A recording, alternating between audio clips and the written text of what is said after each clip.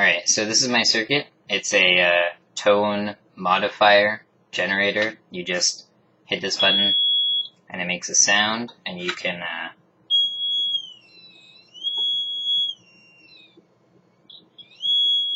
change the pitch of that sound with the potentiometer, so you can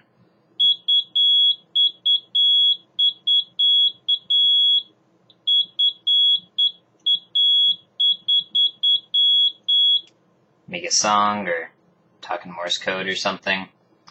The way the circuit works is that you've got the 555 timer, which is in astable mode essentially, so it's going to output a oscillating waveform, which is the frequency, which is what determines the pitch for the speaker.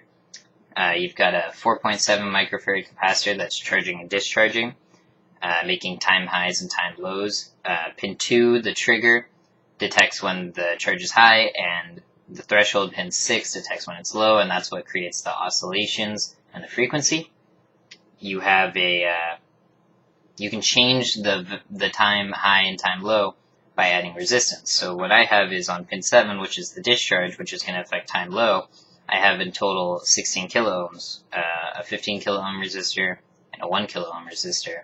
So that's going to cause the frequency to change, and based on this chart right here, you can tell what the frequency is going to be. I have right there, 4.7 microfarad capacitor, and then the diagonal lines across are the total resistance of the two resistors in the 555 timer. So where the two lines intersect, that's roughly 16 kilo ohms, and then down on the bottom you can see that that's about 60 hertz of frequency. So that's that sound you hear.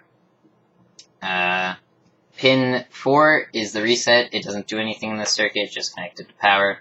Pin 5 is connected to ground, and then I researched that you can add a capacitor to stabilize the voltage there, since pin 5 is the control, so I put a 0.01 microfarad capacitor connected to pin 5.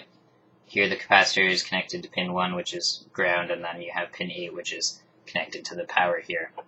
Pin 3 is the output, and that's what goes to the button, which allows you to control and tell when the speaker makes sound.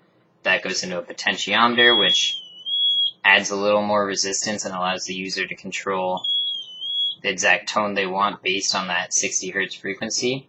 And then there's just a little LED to indicate visually when the speaker is making sound. If you're deaf or something, I don't know. Cool. Done.